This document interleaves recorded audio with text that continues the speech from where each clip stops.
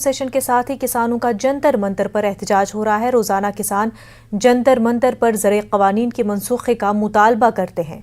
इस दौरान दिल्ली पुलिस की भारी तादाद जंतर मंतर पर मौजूद रह रही है।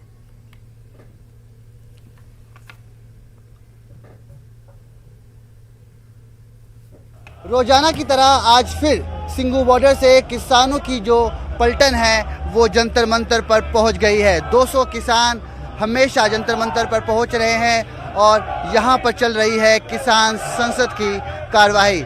3 कृषि कानून को लेकर यहां पर तमाम किसान डिबेट करते हैं, चर्चा विचार विमर्श किया जाता है, किसानी मुद्दों पर बातचीत होती है। आपको बता दूं कि दूसरी तरफ देश की संसद में लगातार विरोध प्रदर्शन हो रहा है। किसानों के मुद्दे को लेकर सारा विपक्ष एकजुट हो चुका है और संसद की कार्रवाई ठप है। तो दूसरी तरफ किसान संसद बदस्तूर दिल्ली के जंतर मंतर पर चल रही है और लगातार यहां पर 3 कृषि कानून को लेकर चर्चा की जा रही है। अब देखना दिलचस्प होगा कि आज के दिन क्या कुछ होता है और क्या 3 कृषि कानून रद्द हो पाते हैं, देखने वाली बात होगी। कैमरा पर्सन मुनमुन के साथ मैं रवि मिश्रा, न्यूज़ 18 नई दिल्ली।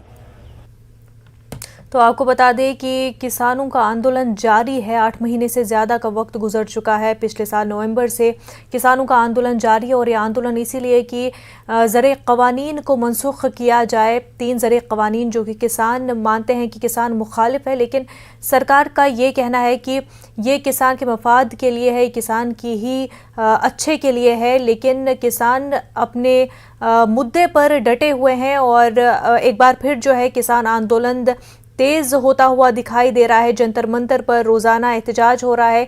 एक तरफ जहां पार्लियामेंट मॉनसून सेशन जारी है, वहीं किसानों का एहतजाज भी जारी है। दिल्ली से हमारे नुमाइंदे रवि मिश्रा हमारे साथ जुड़ चुके हैं। रवि, पार्लियामेंट मॉनसून सेशन जारी है तो किसानों का आंदोलन भी जंतर मंतर पर देखने को मिल रहा है।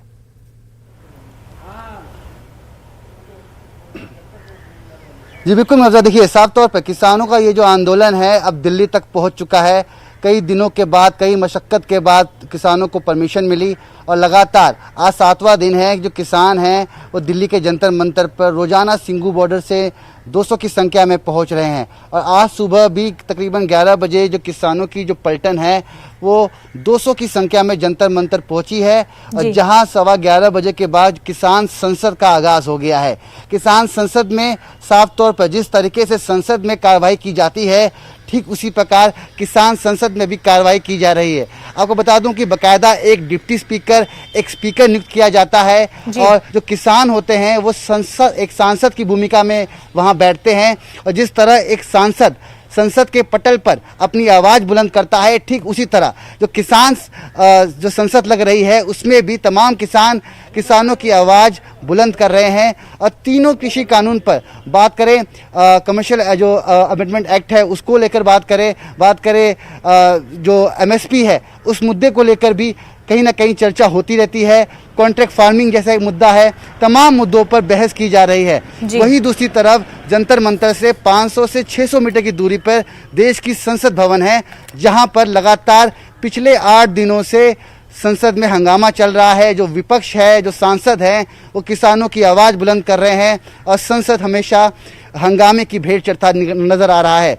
तो अब देखना ये होगा कि क्या संसद में कार्रवाई हो पाती है, क्या किसानों का मुद्दा उजागर हो पाता है, एक बहुत बड़ा सवाल है। मगर किसान रोजाना सिंघू बॉर्डर से 200 की संख्या में 11 बजे जंतर मंतर पर पहुंच रहे हैं और 5 बजे वापस पुलिस सुरक्षा घेरे में सिंघू बॉर्डर रवाना हो जाते हैं। बिल्कुल रवि, आंदोलन तो जारी है लेकिन क्योंकि नवंबर से आंदोलन जारी है, वहीं इतना अरसा गुजरने के बाद मतलब क्योंकि एक आंदोलन का भी अपना एक टाइम लिमिट होता है, एक टाइम फ्रेम होता है और उसके बाद जो है उस आंदोलन की कहीं ना कहीं इंटेंसिटी वो कम होती जाती है और लोगों का तवज्जो भी उस तरफ कम हो जाता है। तो ऐसे में किसानों की आगे की हिकमत अमली क्या है कि उनका आंदोलन जारी रहे और उसी इंटेंसिटी से आगे बढ़े?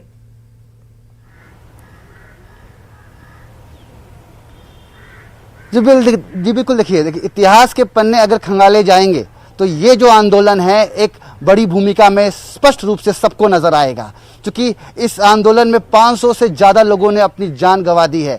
वहीं विपक्ष के सांसद ये भी मांग कर रहे हैं कि उन किसानों को कुछ मुआवजा दिया जाए, उनके परिवार को नौकरी दी जाए। तमाम ऐसे सवाल भी खड़े किए जा रहे हैं।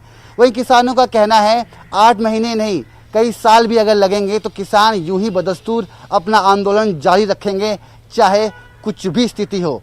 किसानों का कहना है कि करो या मरो की स्थिति उनके पास है। और ये जो डेथ वारंट है, जिसका नाम दिया है किसानों ने 3 कृषि कानून को, जिसे किसान डेथ वारंट मानते हैं अपना, इस डेथ वारंट पर कहीं ना कहीं लगाम लगना चाहिए, ये कानून रद्द होने चाहिए, यही मांग किसान कर रहे हैं। और किसानों का कहना है कि ये आंदोलन और भी लंबा जाएगा जब तक सरकार उनकी मांगें पूरी नहीं करती।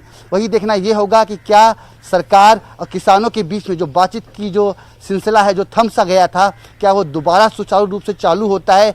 ये भी अहम बात होगी, क्योंकि किसान और सरकार अब सिर्फ बातचीत पर ही अटे हुए हैं कि ताकि बातचीत हो और जल्द ही इस मसले का जो रास्ता है वो निकल कर सामने आ पाए।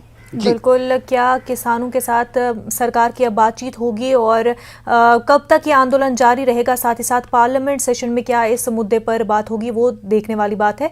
रवि मिश्रा, बेहद शुक्रिया तमाम तर तफसीलात के लिए। तो नाजरीन, आपको बता दें कि पार्लियामेंट मॉनसून सेशन के साथ ही जंतर मंतर पर एहतजाज भी लगातार जारी है। किसान लगातार आंदोलन कर रहे हैं, यही मांग उनकी दोहराते जा रहे हैं कि ज़रिए क़वानीन को मनसूख किया जाए, लेकिन सरकार जो है ज़रिए क़वानीन को मनसूख करने के लिए तैयार नहीं है, पर कह रही है लगातार कि बातचीत के लिए वो तैयार है। और कोरोना वबा के दौरान बाहमी इमदाद और इन्हिसार का जज्बा मुस्तहकम हुआ है। मुल्क इस वबा से मुत्तहिद होकर मुकाबला कर रहा है। टीकाकारी के ऐलान के बाद हम बेहतर ताउन करें, जिससे हम कोरोना को मात देने की जानिब कदम बढ़ा सके।